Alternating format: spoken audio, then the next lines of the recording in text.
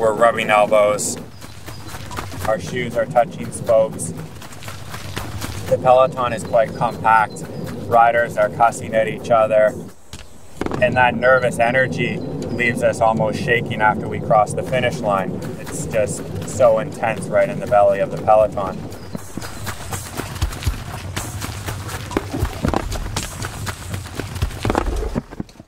The 11th stage of this Giro d'Italia, Assisi-Montecatini, is going to be the longest stage of the Giro.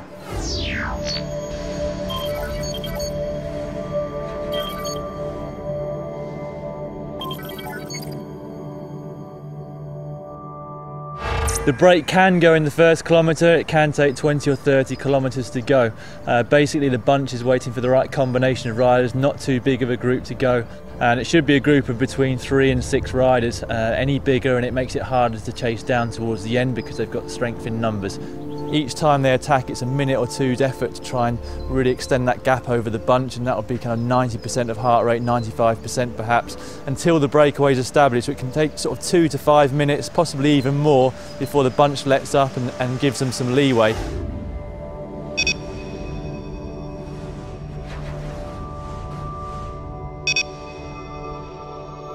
The peloton behind will pretty much come to a stop. Once they've decided that's the breakaway of the day, they'll let that gap go right up. So they'll time things using the earpieces from their directors. They'll get the time gaps to this breakaway, and they'll time it so that they catch them within the last 10 Ks, because if they catch them 30, 40 kilometres out, then that will spark new attacks from fresh legs and fresh riders and possibly bigger groups. So although it looks like it's by chance that they catch them towards the end, it's actually very well calculated. On the flat stages like today, the more riders you've got in the breakaway, the more rest you get. The extreme of this, I guess, is the solo breakaway. If you're out there on your own, it's just you pushing into the wind, got no help from anybody else, no respite. At the other end of it, you have a group of 8 to 10 riders. You can have a double pace line rotating at the front, taking turns to push into the wind and keep the speed high.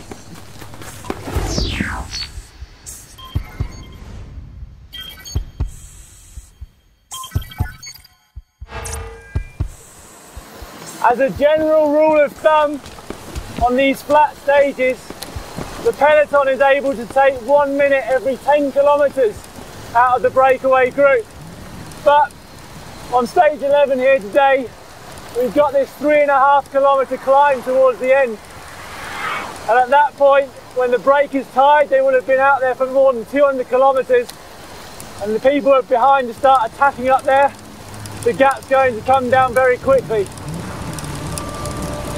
This is a 3.5k climb, averaging just over 5%, maximum gradient at 8%. And this is where the attackers are going to try and foil the plan of the sprinters team.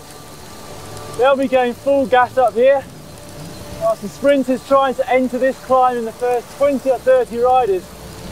That way they get some room to slip back and still be in touch with the peloton over the top.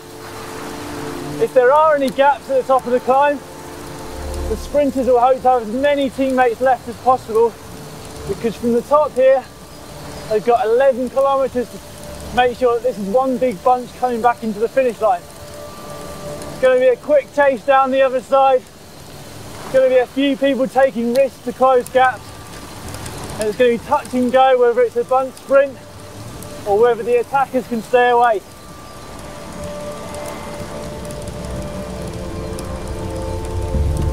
Everyone's going to be full gas here. The attackers, the domestique, the sprinters, all with different aims. And this point here now will really give us a good indication of who's going to stay away, or if it's going to be a big bunch sprint.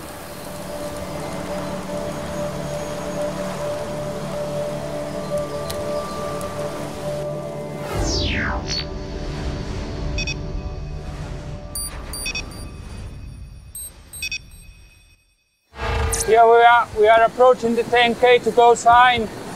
The speed is going up, and from here to the finish it will always increase slightly. It will be a battle. The speed will be 60, 65 km an hour average. Coming into the final, the sprinters will be ditching any excess weight. That means water bottles in the last 5Ks. If it's been raining, they'll have taken them off with 20Ks to go, and they'll give their rain capes to the teammates to either put in their pocket or take back to the team car. As we're coming into town, here we've got around about 2 kilometers to the finish. This is where the race is decided, where you see if the teammates have done a good work in positioning and if the sprinter has the legs to win.